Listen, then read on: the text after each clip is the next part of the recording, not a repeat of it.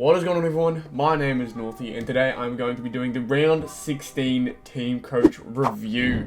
This week, very rough. It was not too great at all, if I'm being completely honest. A few mistakes of my own, a few things that were just completely unlucky. Realistically, just every aspect of this week for me was quite poor. So I'm hopeful we can get through this video kinda quickly, because I don't want to relive much of it. Let's get into star power. This was probably the best kind of game mode that we had this week, which says a lot when you see the results we get for this game mode this week. The silver star powers. First off, we start with Rory Laird, 85. Really below average from Rory Laird. Like, there's so many players who did much better than he did, which is just completely out of left field. From Rory Laird, I really did not expect this poor of a performance, especially coming up against North, man. Just weird, really weird. Thankfully, we did have Brad Crouch getting 137, but this was a week where every single Mighty Mids player, damn well at least, had an amazing game. You see here, Nick Dacos topped it with 150, but then you go him, 145, 137, 34, 32, 25, 23, 17, 16, 16, 09, 07, 05. That is ridiculous. If you're looking at this, 13 of the 18 possible players got over 100 points. That is a ridiculous week. Thankfully, we didn't get the third best, so we are kind of topping up. But Dacos was still the best. We've picked him in the past. Probably a week where we should have picked up on that. But thankfully, we did have a good sharpshooters pick as well. Tex Walker ended up being 4th of the 18 players available, getting us 87 points. Sonny Walters was the best one, even though Jamie Elliott had himself 5 goals. Sonny 4 with 15 disposals and 6 marks was able to get the job done. Colonel himself also had a pretty good game, managing to do quite well. I believe it was up against Hawthorn that they did that in. So Hawthorn without James Sicily just seems to be a completely different team to Hawthorn with James Sicily. But this one gets really disappointing. Our young guns, 102. Tom Green we could have picked up. Even Bailey Scott had a better game. How is that possible?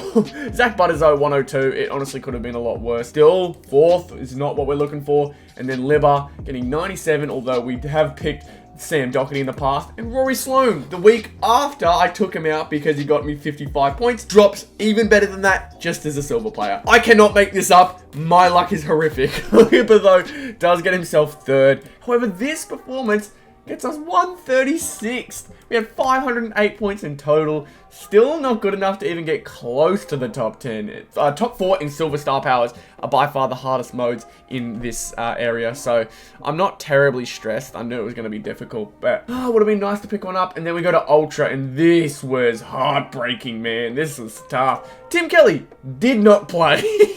I don't know why he didn't play, especially considering he was like one of 2 good West Coast players. But apparently he was the right choice because they went ahead and played very well without him. Jack McRae would have been the best pick for me this week, but of course we did not do that. LDU was the worst pick. Like, oh man, how could that even happen?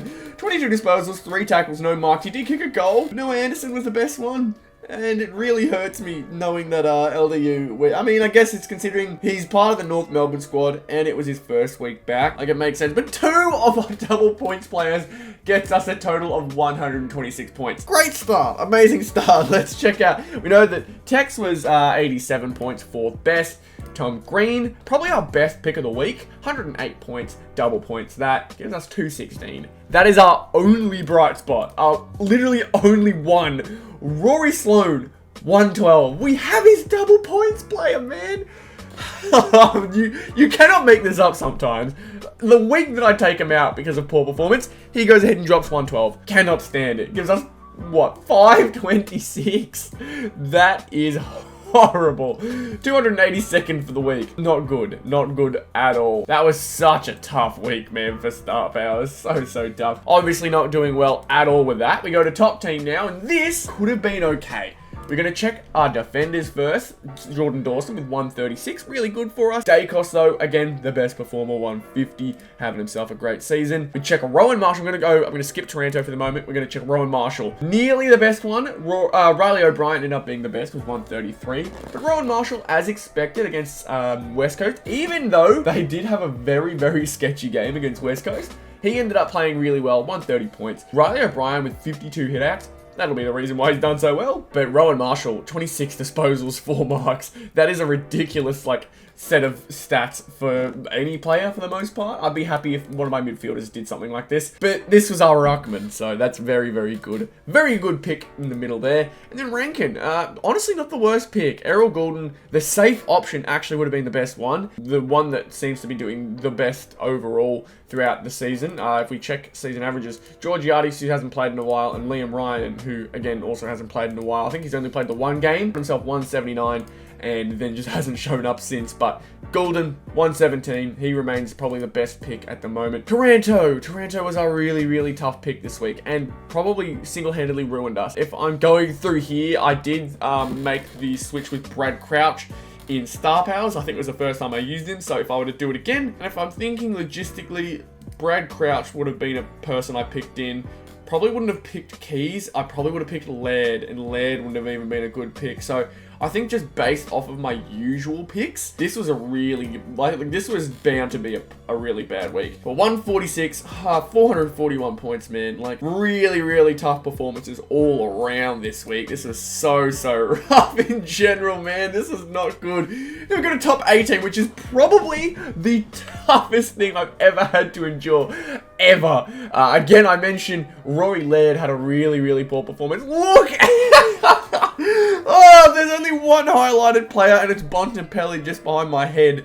And then we go down to the other 4. Brayshaw did okay with 102. Laird 85. Taranto 80. Dunkley 72. What is that midfield performance? That is awful. Then we go to the back line. If it wasn't for Dacos and Dawson being picked in, this would have been just as rough. But thankfully we had those two. Doherty was in as well. Sinclair gets us 100. Then we go down here. Lloyd with 79. And then I forgot that Whitfield was suspended. I picked a 0 points player. Amazing. Then we go to our forward line. How is this for luck? Last time I picked Rankin and Rochelle in the game that Tex Walker kicked 10 goals. How good's that? The 2 forwards that I picked didn't do as well as the third Adelaide forward. This time I went, okay, I'm not making that mistake. We're going to Rankin and Walker. They had great games.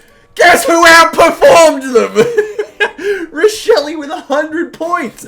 You cannot make this up sometimes, man. You really can't. Am I missing something? Am I missing something? Luke Jackson, what is this game from you? 35? Did I miss something there as well? Did he get injured? Nick Martin has the really rare poor performance. They nearly topped off Port Adelaide. How is Nick Martin not a factor? I don't understand. That honestly says a lot about Essendon and how good their list could potentially be if all, like, factors are firing. But this is what I got this week. Zeeble was one of the... Of course he disappointed still somehow. I was going to say maybe he was one of the more consistent picks. No, of course he wasn't. Zeeble still disappointed me. Went below average. Oh, man. What a horrific week for top 18.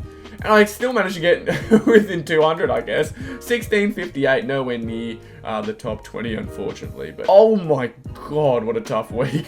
What a tough week indeed. That was like a train crash. That wasn't a car crash, that was a train crash. It was horrific for me. We're just going to have to forget as much as we possibly can about this week and the scores, because that was really bad. Not a single game mode were we in the top 100.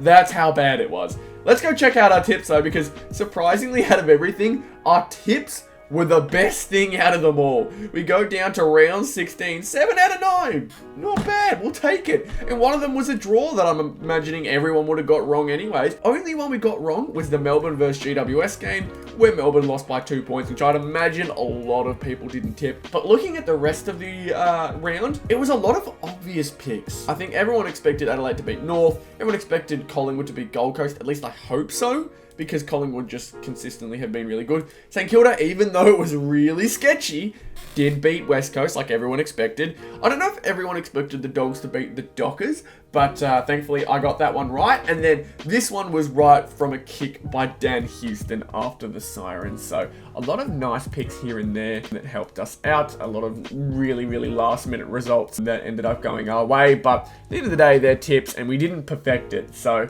it's not really that helpful. But I am going to try my absolute best to forget everything about this week game modes. This was such a tough week because nothing seemed to go our way. Absolutely nothing. But I hope you guys enjoyed this video nonetheless. I hope you guys did a lot better than I did, because this was such a tough week for me. But if you guys did enjoy this video, be sure to leave a like on it. Subscribe to the channel if you are new. Thank you so much for clicking on this video. Be sure to check the one on the screen right now if you want to see some more Team Coach content. But nonetheless, thank you all so much for watching this video, and I'll see you all in the next one. Goodbye.